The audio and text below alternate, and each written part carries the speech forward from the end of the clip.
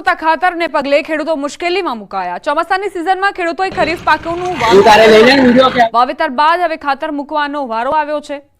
પાક તૈયાર થવાની આરે છે ત્યારે દાહોદ જિલ્લામાં ખાતરની અછત સર્જાઈ છે।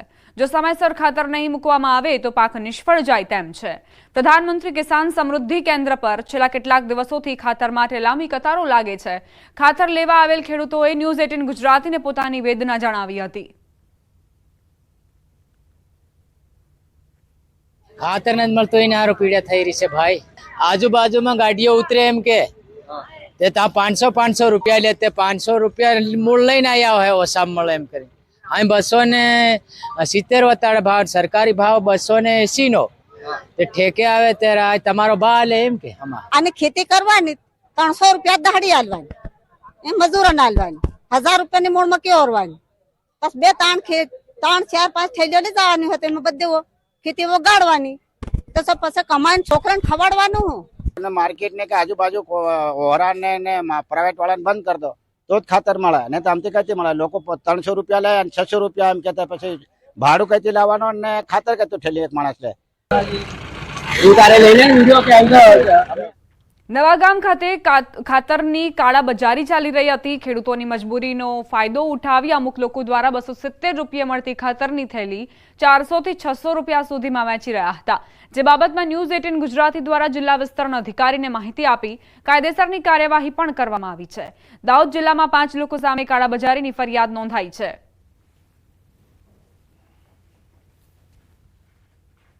યુરિયાની આપણને 2 દિવસમાં આપવાની ખાતરી આપી છે અને આવશે ઇફકો યુરિયાની રેક ગોધરા ખાતેથી તથા આઈપીએલનું પોર્ટ પાસેથી પણ આવતીકાલથી ખાતર આવવાનું શરૂઆત કરવાનું છે। તે આપણા જે ખાસ સેન્ટરો છે દાહોદ, લીંબડી અને જે માંગણીવાળા સેન્ટરો છે એમને પ્રાયોરિટી આપવામાં આવી છે। કોંગ્રેસ દ્વારા ખાડા પૂરો અભિયાન હાથ ધરાયું। કામરેજમાં કોંગ્રેસના કાર્યકરો દ્વારા જાતે જ ખાડા પૂરી તંત્રને જગાડવાનો પ્રયત્ન કરાયો।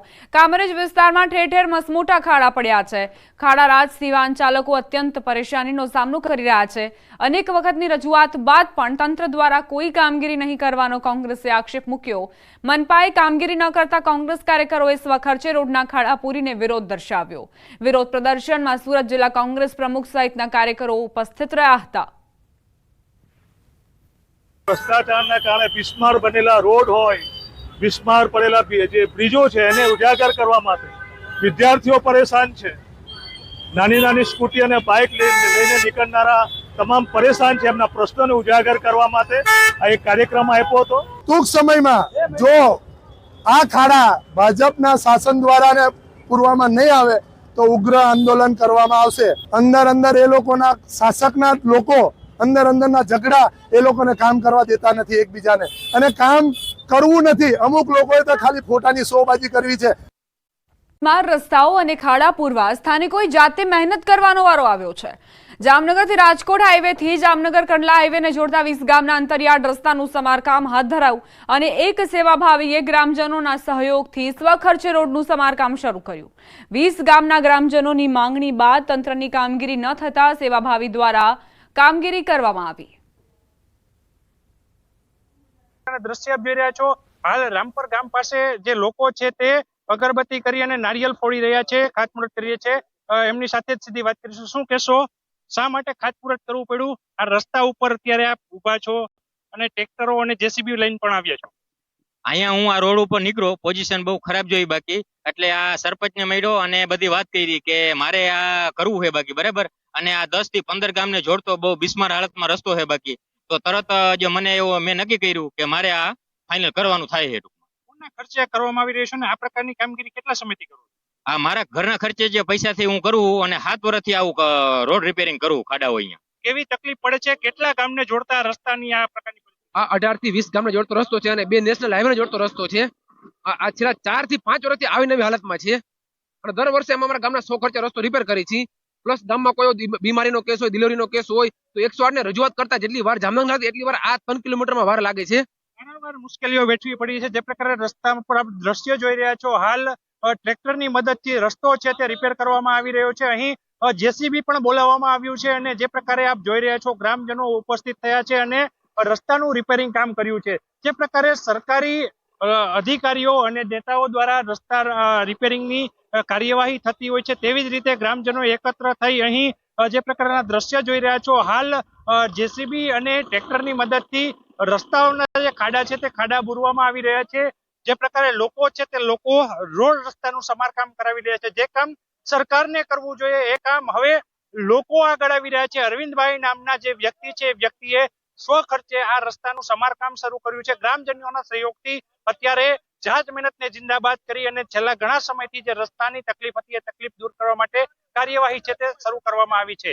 જામનગર રાજકોટ હાઈવે થી કંડલા તરફ જે જોડિયાનો હાઈવે છે, જોડતા 20 ગામો જેટલાનો જે અતરિયાળ રસ્તો છે, આ રસ્તો હાલ સમારકામ કરવામાં આવી રહ્યો છે. ત્યારે સરકારને પણ શરમ લાગે એ પ્રકારની પરિસ્થિતિમાં લોકોએ હવે કામગીરી કરવાનું આરંભ્યું છે. કેમેરામેન મનસુખ રામોલિયાની સાથે કિંજલ કરસરિયા, ન્યૂઝ 18 ગુજરાતી, જામનગર. વિસ્તારમાં આવેલા ઘોડાસર પુનિતનગર ક્રોસિંગની વટવા જવાનો માર્ગ છેલ્લા કેટલાય સમયથી બિસ્માર હાલતમાં છે, જેના કારણે સ્થાનિકો સહિત વાહન ચાલકોને હાલાકી પડી રહી છે. એટલું જ નહીં, અકસ્માતના ભયના ઉથાર હેઠળ સ્થાનિકોએ તંત્રને અવારનવાર રજૂઆત કરી, ફરિયાદ કરી, છતાં પણ કોઈ ઉકેલ નથી આવી રહ્યો. બીજી તરફ રસ્તા નજીક બુલેટ ટ્રેનની કામગીરી ચાલી રહી હોવા છતાં રસ્તાને રિપેર નથી કરવામાં આવી રહ્યો. ખરાબ રસ્તાઓના કારણે પાણી ભરાઈ રહેતું હોવાથી દુકાનદારો પરેશાન થઈ રહ્યા છે. તદુપરાંત રાતના સમયે સ્ટ્રીટ લાઇટ બંધ હોવાથી અનેકવાર અકસ્માતો સર્જાયા હોવાનું પણ જાણવા મળ્યું.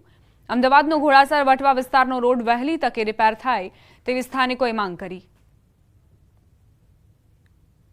बरसात का इधर पानी है ना ख़त्म नहीं होता और इधर की साइड कैसा सिस्टम है, जैसे बरसात अपने होती ना तो इधर कोई गटर नहीं है, गटर लाइन नहीं है ना तो पानी जाता ही नहीं है.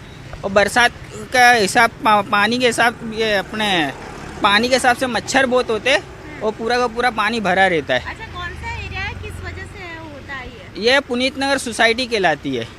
पानी पूरा भरा जाता है और पानी उतरता ही नहीं है. अच्छा, पानी जाता ही नहीं है. पानी भरा का भरा दुकान के आगे रहता है, तो हम धंधा कैसे करेंगे. मेरे यहाँ पे पानी एनी टाइम रहता है, गवर्नमेंट कभी यहाँ पे ध्यान ही नहीं देती है. यहाँ पे सामने भी मच्छर हो रहा है पानी के कारण, कभी यहाँ पे कुछ ध्यान ही नहीं दे रही है गवर्नमेंट कभी भी. अच्छा, और हम लोग इतनी बार बोल चुके हैं कि यहाँ पे मिट्टी इतनी डस्टिंग प्रॉब्लम रहती है, बड़े बड़े ट्रक जा रही हैं, बुलेट का काम चल रहा है उसके कारण, पर यहाँ पे कोई सुनवाई नहीं है. बीच में पानी डाला जाता था, 2 टाइम डाला जाता था, वो सूख जाता था, पर अब वापस वही का वही चालू हो गया है. वापस मिट्टी की परेशानी है. ये गवर्नमेंट का काम चल रहा है तो गवर्नमेंट को पूरा पैक करके करना चाहिए. ये पूरा ओपन में किए जा रहे हैं और बड़े बड़े ट्रक यहाँ से निकलते हैं, रोडें एकदम खराब हो चुकी है. इससे आगे का रास्ता देखोगे तो वहाँ तो जाने जैसी जगह ही नहीं है. આ કેટલાય વર્ષોથી આવું ને આવું જ છે, કોઈ જોવાવાળું નથી, કોઈ કંઈ કહેવાવાળું નથી, કોઈ કંઈ જોવાય નહીં આવતું કે કંઈ કરવાય નહીં આવતું. અરે વર્ષોથી જ હું કહું ને 4-5 વર્ષ તો હાચા, 4-5 વર્ષ તો હાચા, કોઈ જોવા નહીં આવતું, કોઈ તંત્રને કાંઈ પડી નથી. રોજ દિવસમાં 3 વખત નીકળવાનું હોય છે. બીજો કોઈ છે રસ્તો પણ નાના છે, એ નાના રસ્તાથી જવાય નહીં, મેં રસ્તાથી જવાનું હોય ને, બહુ ખરાબ રસ્તો છે. આ રોડ છે ને એકદમ બગડેલો છે, ઠેઠ પુનિતનગર સુધી અહીંયાથી. જે આપણે પેલા આવે છોકરા છોકરી સ્કૂલ વાળા એ બી સાયકલ લઈને એકદમ નીચે લપટીને પડી જાવે. બરાબર, અહીંયા આવા નવા ખાડા જ પડ્યા છે અહીંયાથી લગીને ત્યાં સુધી. 5 વર્ષ થઈ ગયા મને અહીંયા જોતા ને. બરાબર, અહીંયા જ રહું છું મેં, 5 વર્ષથી હું જોઉં છું. બરાબર, આ રોડ આવો ને આવો જ છે. અમદાવાદના વટવા વિસ્તારની અંદર એવું ઓરમાયું વર્તન થઈ રહ્યું છે કે જાણે વટવા વિસ્તાર અમદાવાદમાં આવ્યો જ નથી. આ વાત સાબિત આ રોડ ઉપરથી થાય છે. અમદાવાદના વટવા વિસ્તારના આપ દ્રશ્યો જોઈ રહ્યા છો કે જે પુનિતનગર જવાનો રોડ છે, આખો રોડ બિસ્માર હાલતમાં છે. અહીંથી પસાર થતા દરેક વાહનો છે, દરેક વાહન ચાલકો છે, તેઓ પરેશાન છે, કારણ કે રોડ છેલ્લા ઘણા સમયથી લગભગ 2 થી 3 વર્ષથી આ પ્રકારની હાલતમાં છે. અમદાવાદ શહેરમાં વટવા વિસ્તારમાંથી જ્યારે બુલેટ ટ્રેન પસાર થશે ત્યારે આ વિસ્તારની રોનક કંઈક અલગ હશે, પરંતુ એની પહેલાં આપ જોઈ રહ્યા છો કે રોડ બિસ્માર હોવાને કારણે અહીંથી પસાર થતા લોકો છે ત્રાહિમામ પોકારી ગયા છે. કમરના દુખાવાથી સાથે અહીં પસાર થતા જે વાહનો છે તે વાહનોનું પણ સમારકામ કરવાની ખૂબ જ તાતી જરૂરિયાત પડતી હોય છે, કારણ કે આ પ્રકારના રોડને કારણે અહીંથી પસાર થતા લોકો છે તેઓ પરેશાન થતા હોય છે.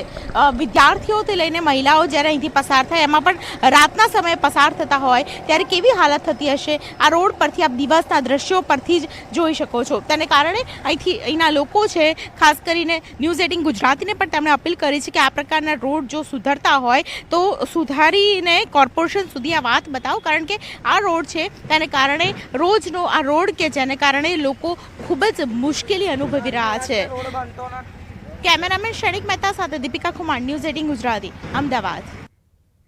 અમદાવાદના ન્યૂ મણિનગરથી વટવા જતા રસ્તાની હાલત દયનીય જોવા મળી. અમદાવાદ વડોદરા એક્સપ્રેસ હાઈવેને અડીને આવેલા ન્યૂ મણિનગરથી વટવા તરફ જતી કેનાલનું ગરનાળાની આસપાસનો 2 કિલોમીટરનો રસ્તો છેલ્લા 3 વર્ષથી બિસ્માર હાલતમાં છે, જ્યાં અનેક ધંધાકીય એકમો આવેલા હોવાથી મોટી સંખ્યામાં વાહનોમાં માલસામાનની અવરજવર થતી રહે છે.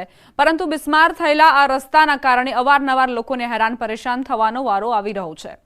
અનેકવાર કોર્પોરેશનને રજૂઆત કરવા છતાં પણ હજુ સુધી કોઈ જ નિરાકરણ નથી લાવવામાં આવ્યો.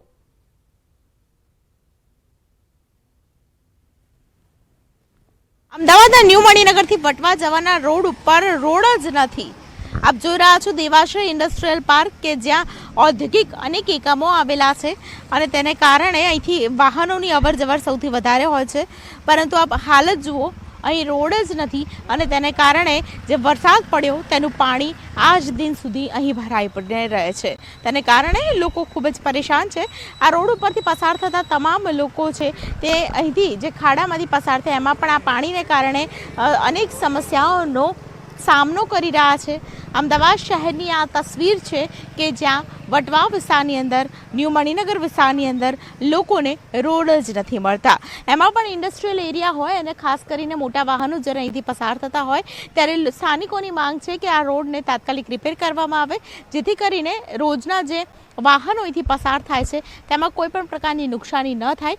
200થી વધારે અહીં ઔદ્યોગિક એકમો આવેલા છે, ઇન્ડસ્ટ્રીયલ પાર્ક આવેલા છે, પરંતુ ઇન્ડસ્ટ્રીયલ પાર્ક પાસેની આ તાસીર અને તસવીર છે કે જ્યાં લોકોને ખૂબ જ મુશ્કેલી અનુભવી પડી રહી છે. અહીંથી પસાર થતા લગભગ 5 થી 10 હજાર કર્મચારીઓ હશે, અનેક માલિકો હશે, વાહનો લઈને પસાર થતા હશે.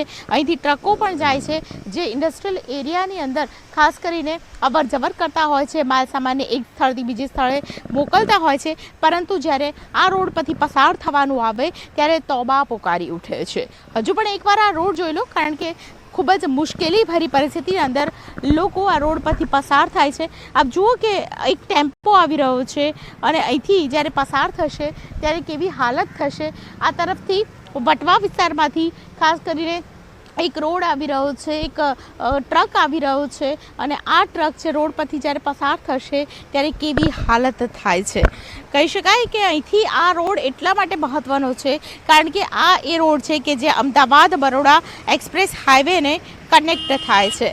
પરંતુ પરિસ્થિતિ એવી છે કે અહીંથી પસાર થતા વાહનોને ખૂબ જ મુશ્કેલી પડે છે અને આ મુશ્કેલીને કારણે ખાસ કરીને હવે વિચાર કરવો રહ્યો કે આ રોડ આખરે ક્યારે થાય છે. અમદાવાદ બરોડા હાઈવેથી બિલકુલ નજીક આ જે ઇન્ડસ્ટ્રીયલ પાર્ક છે ત્યાં આ પ્રકારની પરેશાની છે અને તેને કારણે ખૂબ જ લોકો છે તે પરેશાન છે. સાથે ઔદ્યોગિક એકમોમાં પણ ખૂબ જ મોટું નુકસાન થઈ રહ્યું છે. કેમેરામેન ક્ષણિક મહેતા સાથે દીપિકા કુમાર, ન્યૂઝ 18 ગુજરાતી, અમદાવાદ.